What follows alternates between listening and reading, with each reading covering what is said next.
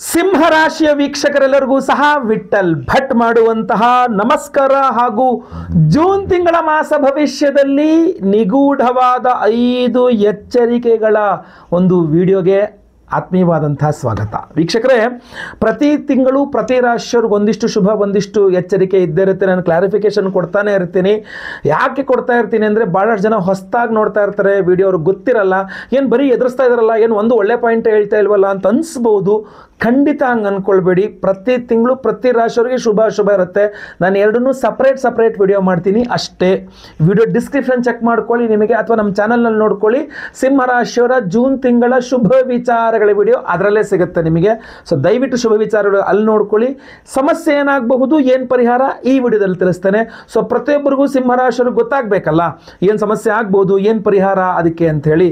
So ದಯವಿಟ್ಟು ವಿಡಿಯೋನ WhatsApp, Facebook, messenger, Telegram ಎಲ್ಲ ಕಡೆ ಸಾಮಾಜಿಕ ಜಾಲತಾಣಗಳಲ್ಲಿ ಈ ವಿಡಿಯೋನ ಶೇರ್ ಮಾಡಲಿಕ್ಕೆ ದಯವಿಟ್ಟು ಮರಿಬೇಡಿ. ನೀವಿನ್ನು ಸಬ್ಸ್ಕ್ರೈಬ್ ಮಾಡ್ಕೊಳ್ಳಿ ಅಂದರೆ ದಯವಿಟ್ಟು ಸಬ್ಸ್ಕ್ರೈಬ್ ಮಾಡಿಕೊಂಡು ಬೆಲ್ ಬಟನ್ ಹೊತ್ಕೊಂಡು ಆಲ್ ಅಂತ ಮಾಡಲಿಕ್ಕೆ ದಯವಿಟ್ಟು ಮರಿಬೇಡಿ. ಫೇಸ್ಬುಕ್ಕಲ್ಲಿ ನೋಡ್ತಾ ಇದ್ದಾರೆ, ನಮ್ಮ ಪೇಜನ್ನು ಫಾಲೋ ಮಾಡಲಿಕ್ಕೆ ದಯವಿಟ್ಟು ಮರಿಬೇಡಿ. ಮೊದಲನೆಯ ಎಚ್ಚರಿಕೆ ಸಿಂಹರಾಶಿಯವರಿಗೆ ಜೂನ್ ತಿಂಗಳಿಗೋಸ್ಕರ ಏನಪ್ಪ ಅಂತಂದ್ರೆ, ರವಿಗ್ರಹದ ಸಂಚಾರ, ಲಾಭದಲ್ಲಿ ರವಿ, ಆಮೇಲೆ 15ನೇ ತಾರೀಕು ನಂತರ ಲಾಭ ಸ್ಥಾನದಲ್ಲಿ ರವಿ, 15ನೇ ತಾರೀಕು, ಆಮೇಲೆ 6ನೇ ತಾರೀಕು ನಂತರ ನಿಮ್ಮ ರಾಶಿಯಲ್ಲಿಯೇ ಕುಜಗ್ರಹ, ಅಲ್ಲಿ ತನಕ ವ್ಯಯ, ಆಮೇಲೆ ನಿಮ್ಮ ರಾಶಿಯಲ್ಲೇ ಕುಜಗ್ರಹ, ಲಾಭದಲ್ಲಿ ರವಿ, ನಿಮ್ಮ ರಾಶಿಯಲ್ಲಿ ಕುಜ, ನಿಮ್ಮ ರಾಶಿಯಲ್ಲಿಯೇ ಕೇತು. ಇದೇನಂತ ತೋರಿಸುತ್ತೆ ಅಂತಂದ್ರೆ, ಸಿಂಹ ರಾಶಿಯವರಿಗೆ ಒಳ್ಳೇದಾಗತ್ತೆ ಉದ್ಯೋಗದಲ್ಲಿ, ಆ ವಿಚಾರವಾಗಿ ಅನುಮಾನ ಬೇಡ. ಆದರೆ ಅಲ್ಲೊಂದು ಗಮನಿಸಬೇಕು, ಅತಿಯಾದ ಆತ್ಮವಿಶ್ವಾಸ, ಜಾಬ್ ನೀವೆಲ್ಲಿ ಕೆಲಸ ಮಾಡ್ತಾರೆ ಅಲ್ಲಿ ಸ್ವಲ್ಪ ಅತಿಯಾದ ಆತ್ಮವಿಶ್ವಾಸ ಆಗ್ಬಿಡಬಹುದು. ತುಂಬ ಹುಮ್ಮಸ್ಸು, ತುಂಬ ಅತಿಯಾದ ಆತ್ಮವಿಶ್ವಾಸದಲ್ಲಿ ತಪ್ಪು ನಿರ್ಧಾರಗಳನ್ನು ತೆಗೆದುಕೊಳ್ಳುವ ಸಾಧ್ಯತೆ ಜಾಸ್ತಿ ಇರುತ್ತೆ. ನೋಡಿ, ಇದರಲ್ಲಿ ಸ್ಪಷ್ಟವಾಗಿ ನಾನು ಅದನ್ನು ಬರ್ಕೊಂಡು ಸಿದ್ಧಪಡಿಸ್ಕೊಂಡು ಬಂದಿರ್ತಕ್ಕಂಥ ಏನಂದರೆ, ಅತಿಯಾದ ಆತ್ಮವಿಶ್ವಾಸದಿಂದ ಉದ್ಯೋಗದಲ್ಲಿ ಅಪಾಯಕಾರಿ ನಿರ್ಧಾರಗಳನ್ನು ತೆಗೆದುಕೊಳ್ತೀರಾ. ಅದರ ಜೊತೆಗೆ ರವಿ ಮತ್ತು ಬುಧ ಆರಂಭದಲ್ಲಿ 10ನೇ ಮನೆ ಅಂತಂದರೆ ವೃಷಭದಲ್ಲಿರೋದ್ರಿಂದ ಕಾರಕೋ ಭಾವ ನಾಶಾಯ ಅಂತ 10ನೇ ಮನೆಯಲ್ಲಿ ರವಿ ಕೆಲಸ ತಿಂದುಬಿಡ್ತಾನೆ. ಸೊ ಆದ್ದರಿಂದ ಜಾಬ್ ರಿಲೇಟೆಡ್ ಆಗೇ ನನಗೆ ಪ್ರಾಬ್ಲಮ್ ಸುತ್ತ ಕಾಣ್ತಾ ಇದೆ.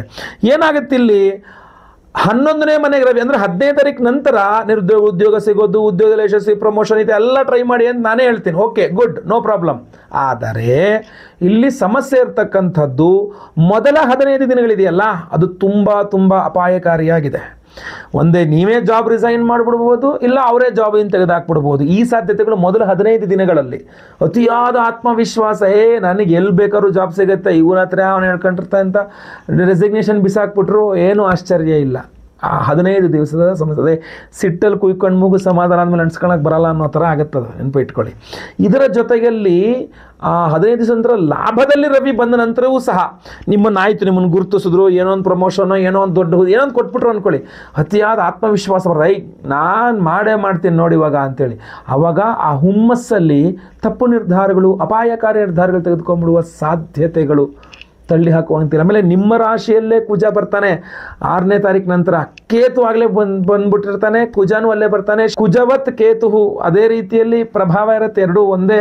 ಸೊ ಅದರಿಂದ ಏನಾಗುತ್ತೆ, ನಿಮ್ಮಲ್ಲಿ ಆತ್ಮವಿಶ್ವಾಸ ಇರಬಹುದು, ಬಟ್ ಅತಿಯಾದ ಆತ್ಮವಿಶ್ವಾಸ, ಅದು ಅತಿಯಾದ ಅಹಂಕಾರ, ಅದು ಮತ್ತೆಲ್ಲಿಗೂ ತಗೊಂಡು ಹೋಗ್ಬಿಡುತ್ತದು.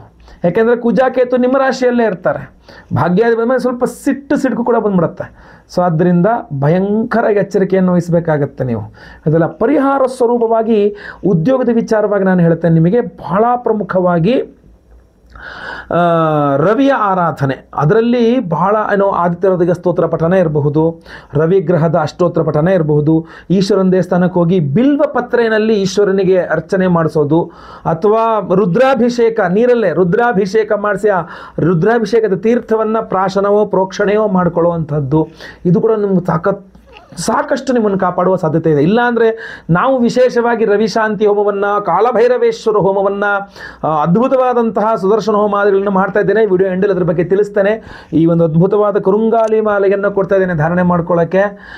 ಖಂಡಿತವಾಗಿ ಸಂಕಲ್ಪ ಸೇವೆ ಕೊಟ್ಕೊಳ್ಳಿ. ಸಿಂಹರಾಶಿಯವ್ರಿಗಂತೂ ಈಗ ರಾಹು, ಕೇತು, ಗುರು, ಶನಿ, ಗುರುಬಲ, ಬಟ್ ಈ ಶನಿ, ರಾಹು, ಕೇತು ಈ ಸಂಚಾರಗಳು ಸಮಸ್ಯೆಯನ್ನು ಪರಿಹಾರ ಅಥವಾ ಒಂದು ತಡೆಗಟ್ಟಲಿಕ್ಕೆ ಒಂದು ರಕ್ಷಾ ಕವಚದ ಥರ ಅತ್ಯಂತ ಪ್ರಮುಖ ಅನಿಸುತ್ತೆ. ವಿಡಿಯೋ ಎಂಡ್ ತನಕ ನೋಡಿ. ಎಂಡಲ್ಲಿ ಹೋಮದ ಬಗ್ಗೆ ಹೇಳ್ತೇನೆ, ಪರಿಹಾರದ ಬಗ್ಗೆ. ಸಂಕಲ್ಪ ಸೇವೆಗೆ ಹೆಸರು ಕೊಟ್ಕೊಳ್ಬಹುದು. ಎರಡನೇ ಎಚ್ಚರಿಕೆ ಸಿಂಹರಾಶಿಯವರಿಗೆ ಈ ಒಂದು ಜೂನ್ ತಿಂಗಳಿಗೋಸ್ಕರ ಏನಪ್ಪಾ ಅಂದರೆ, ನೋಡಿ, ಮೊದಲನೇ ಸಮಸ್ಯೆಗೆ ಮುಂದುವರಿದ ಭಾಗ ಅಂತ ಅನ್ಬೋದು.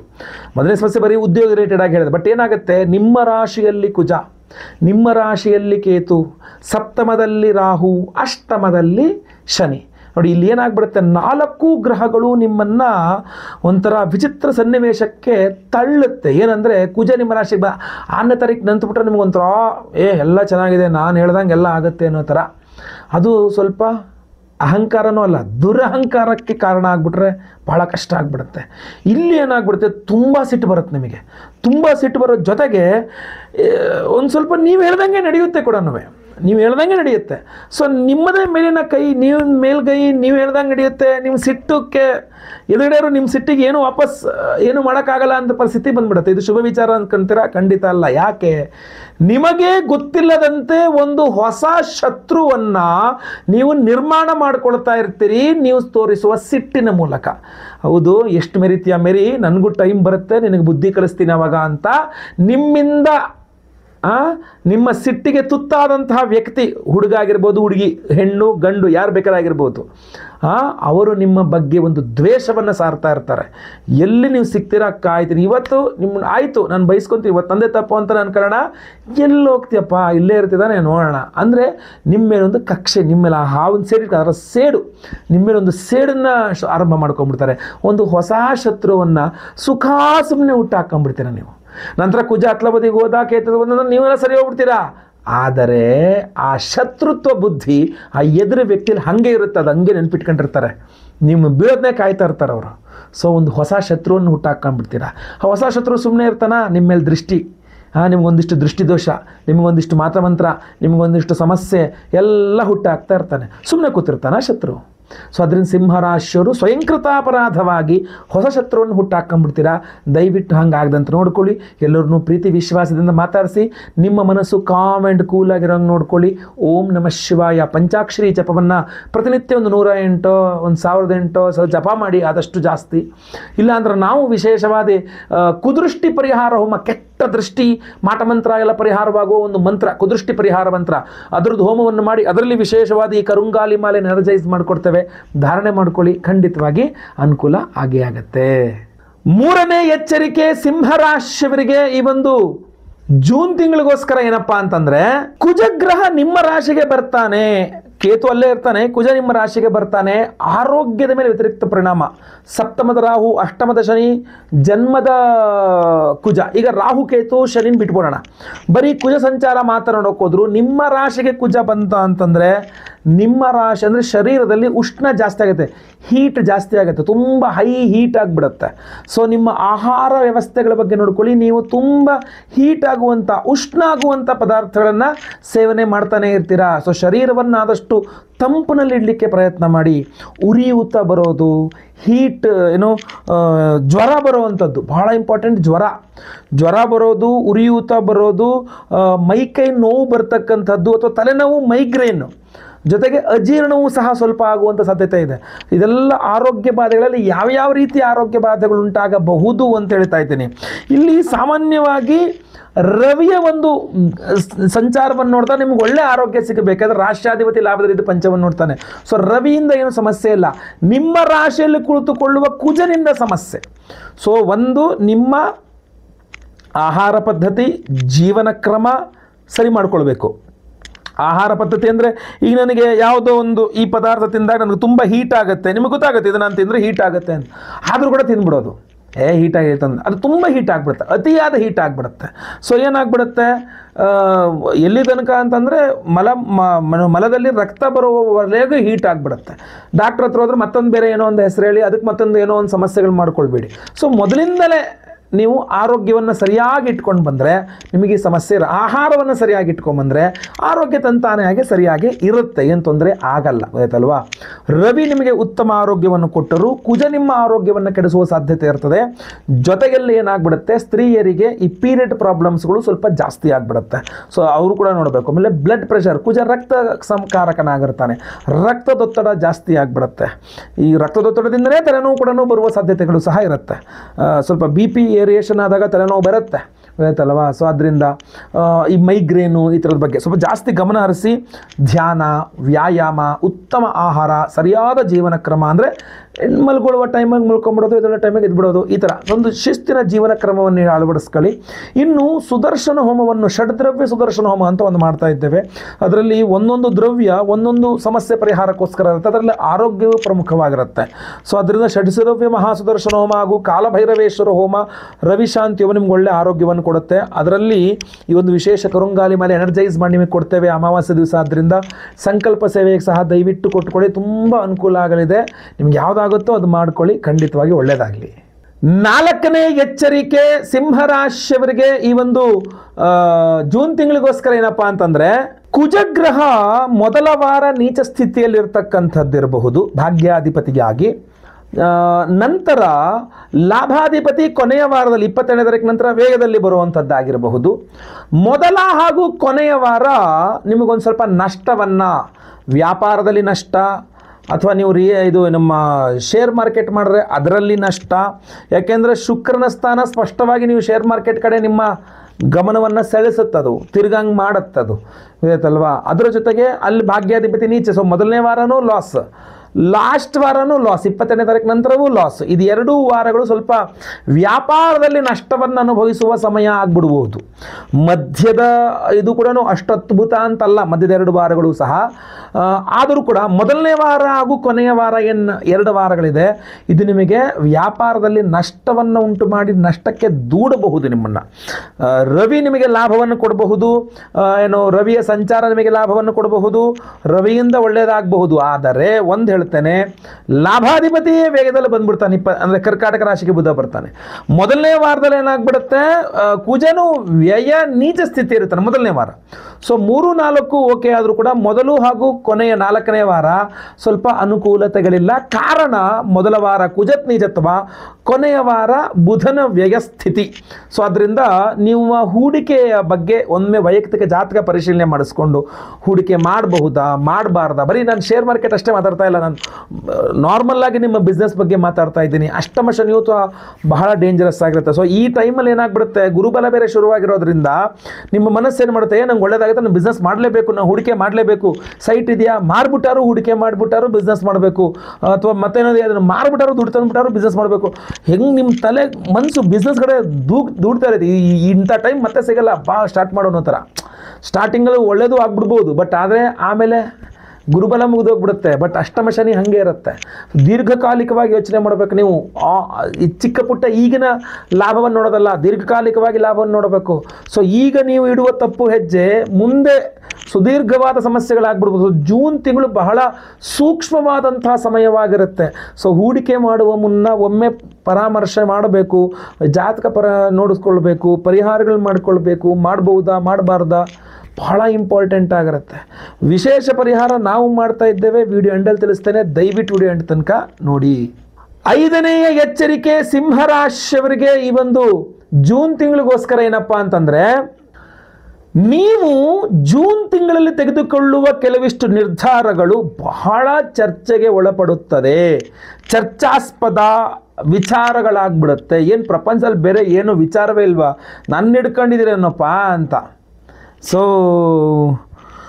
ಅದು ಏನೋ ತೆಲುಗುನಲ್ಲಿ ಅದು ಹೇಳ್ತಾರೆ, ಉದಯಾನ್ನ ನನ್ನ ತೆಲುಗುನ ವೆಂಟ್ರಾ ಅಂದರೆ ಒಂಥರ ಬೆಳಗ್ಗೆ ನನ್ನ ಹಿಡ್ಕೊಂಡಿದ್ದೀರಲ್ಲ ಅಂತ. ಒಂದೊಂದ್ಸಲ ನಮ್ಗೆ ಅನ್ಸುತ್ತೆ ನೋಡ್ರಿ, ಈ ಏನೋ ನ್ಯೂಸ್ ಚಾನಲ್ಸ್ಗಳು ಅಥವಾ ಯೂಟ್ಯೂಬ್ ಅಥವಾ ಇದ್ರಗಳೆಲ್ಲ ಯಾವುದೋ ಒಂದು ವ್ಲಾಗರು ಮತ್ತೊಬ್ಬ ಏನೋ ಒಂದು ಘಟನೆ ಚಿಕ್ಕದ ನಡೆಯುತ್ತೆ, ಅದನ್ನೇ ರಬ್ಬರ್ ಥರ ಎಳೆದು ದೊಡ್ಡ ಇಶ್ಯೂ ಮಾಡಾಕ್ಬಿಡ್ತಾರೆ. ಅದೇ ಏನೋ ಬ್ರೇಕಿಂಗ್ ನ್ಯೂಸ್ ಆಗಿಬಿಡುತ್ತದು. ಸೊ ಆ ತರಹ ಸಿಂಹರಾಶಿಯವರಿಗೆ ಒಂದು ಸಮಸ್ಯೆ ಏನಪ್ಪ ಅಂದರೆ, ಜೂನ್ ತಿಂಗಳಲ್ಲಿ ನೀವು ತೆಗೆದುಕೊಳ್ಳುವ ಯಾವುದೋ ನಿರ್ಧಾರ, ನೀವು ಮಾಡುವ ಯಾವುದೋ ಕೆಲಸ, ಅದು ಬಹಳ ದೊಡ್ಡ ಚರ್ಚಾಸ್ಪದ ವಿಚಾರ ಆಗಿಬಿಡುತ್ತೆ. ನಿಮ್ಮ ಕುಟುಂಬದಲ್ಲೋ, ನೀವು ಕೆಲಸ ಮಾಡೋ ಜಾಗದಲ್ಲೋ, ನೀವು ಬಿಸ್ನೆಸ್ ಮಾಡೋದಾದ್ರೆ ಬಿಸ್ನೆಸ್, ನಿಮ್ಮ ಅಂಗಡಿ ಇದೆ, ಈ ನಿಮ್ಮ ಸರೌಂಡಿಂಗ್ಸ್ಗಳಲ್ಲಿ ನಿಮ್ಮದೇ ವಿಚಾರ. ಹಿಂಗೆ ಮಾಡ್ಬಿಟ್ರಂತೆ ಗೊತ್ತಾ, ಅಯ್ಯೋ ಹಿಂಗೆ ಮಾಡ್ಬಿಟ್ರಂತೆ, ಅಮ್ಮ ಹಿಂಗೆ ಮಾಡ್ಬಿಟ್ರಂತಪ್ಪ, ಹಿಂಗೆ ಹೇಳ್ಬಿಟ್ರಂತೆ ಅಥವಾ ಹಿಂಗೆ ಮಾಡ್ಬಿಟ್ರಂತೆ, ಬರೀ ನಿಮ್ಮದೇ ವಿಚಾರ ಯಾವುದೋ ಅದೊಂದು. ನಾನು ಏನಂತ ತಪ್ಪು ಮಾಡ್ಬಿಟ್ಟಪ್ಪ, ನಾರ್ಮಲಾಗಿ ನಾನು ಅಂತ ನೀವು ಅಂದ್ಕೊಂಡಿರ್ತೀರ, ಬಟ್ ಹಂಗಲ್ಲ. ಸೊ ಸಿಂಹರಾಶಿಯವರು ತೆಗೆದುಕೊಳ್ಳುವ ಒಂದು ಸ್ಟೆಪ್ ಅದು ದೊಡ್ಡ ಚರ್ಚಾಸ್ಪದ ವಿಚಾರ ಆಗಿಬಿಡುತ್ತೆ. ನಿಮ್ಮನ್ನು ಕಾರ್ನರ್ ಮಾಡಿಬಿಡ್ಬೋದು, ಅಥವಾ ರೌಂಡ್ ಮಾಡಿ ಮಧ್ಯದಲ್ಲಿ ನಿಮ್ಮನ್ನು ಕೂರಿಸ್ಬಿಡ್ಬೋದು, ಬಲಿಕ ಬಕ್ರ ಆಗಿಬಿಡ್ಬೋದು ನೀವು, ಅಥವಾ ಸಂದರ್ಭ ಇಷ್ಟು ಕೆಡದಾಗಿದೆ ನನ್ನ ಯಾಕೆ ಇಟ್ಕೊಂಡಿದ್ದೀರ ನೀವೆಲ್ಲ ಸೇರಿಕೊಂಡು ಏನೋ ಒಂಥರ ಹಂಗೆ ಆಗ್ಬಿಡುತ್ತೆ ಅದು.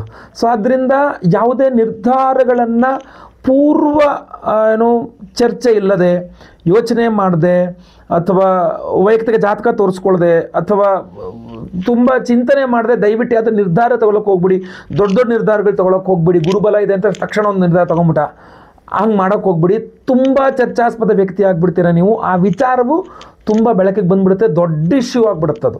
ಸೊ ಅದರಿಂದ ಬಹಳ ಕೇರ್ಫುಲ್ಲಾಗಿರಿ. ಏನೇ ಮಾಡೋದಿದ್ರು ಕೂಡ ಎಚ್ಚರಿಕೆಯಿಂದಿರಿ. ಪರಿಹಾರ ಬಹಳ ಮುಖ್ಯ.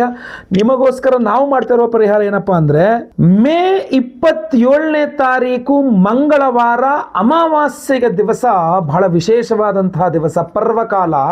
ಅವತ್ತಿನ ದಿವಸ ನಮ್ಮ ಯಾಗಶಾಲೆಯಲ್ಲಿ ಬಹಳ ಪ್ರಮುಖವಾಗಿ ಕುದೃಷ್ಟಿ ಪರಿಹಾರ ಮಂತ್ರ ಹೋಮ ಅಂತ ಒಂದು ವಿಶೇಷವಾದಂಥ ಹೋಮವನ್ನು ಮಾಡ್ತಾ ಇದ್ದೇವೆ. ಈ ಹಿಂದೆನೂ ಒಂದೆರಡು ಸಲ ಮಾಡಿದಾಗ ಬಹಳಷ್ಟು ಜನ ಪಾಸಿಟಿವ್ ರಿಸಲ್ಟ್ಸನ್ನು ಕೊಟ್ಟಿದ್ದಾರೆ. ತುಂಬ ಚೆನ್ನಾಗಿ ಪರಿಹಾರ ಮಾಡಿದೆ ಗುರುಗಳೇ ಅಂತ ಹೇಳಿದ್ದಾರೆ. ಯಾಕೆ ಅಂತಂದರೆ ಚಕ್ಷುಷೋ ಹೇತೆ, ಮನಸ್ಸೋ ಹೇತೆ, ವಾಚೋ ಹೇತೆ, ಬ್ರಹ್ಮಣೋ ಹೇತೆ. ಕೆಲವರು ನೋಡಿದ್ರೆ ನಮಗೆ ದೃಷ್ಟಿ ಆಗಿಬಿಡುತ್ತೆ. ಕೆಲವ್ರ ಬಗ್ಗೆ ಮಾತಾಡಿ ದೃಷ್ಟಿಯನ್ನು ಹಾಕ್ತಾರೆ. ಕೆಲವರು ಮಾಟ ಮಂತ್ರ ಮಾಡಿ ದೃಷ್ಟಿ ಹಾಕ್ತಾರೆ. ಕೆಲವರು ಮನಸ್ಸಲ್ಲೇ ಹೊಟ್ಟೆ ಉರ್ಕೊಂಡು ನಮ್ಮ ಮೇಲೆ ದೃಷ್ಟಿ ಮಾಡಾಕ್ತಾರೆ.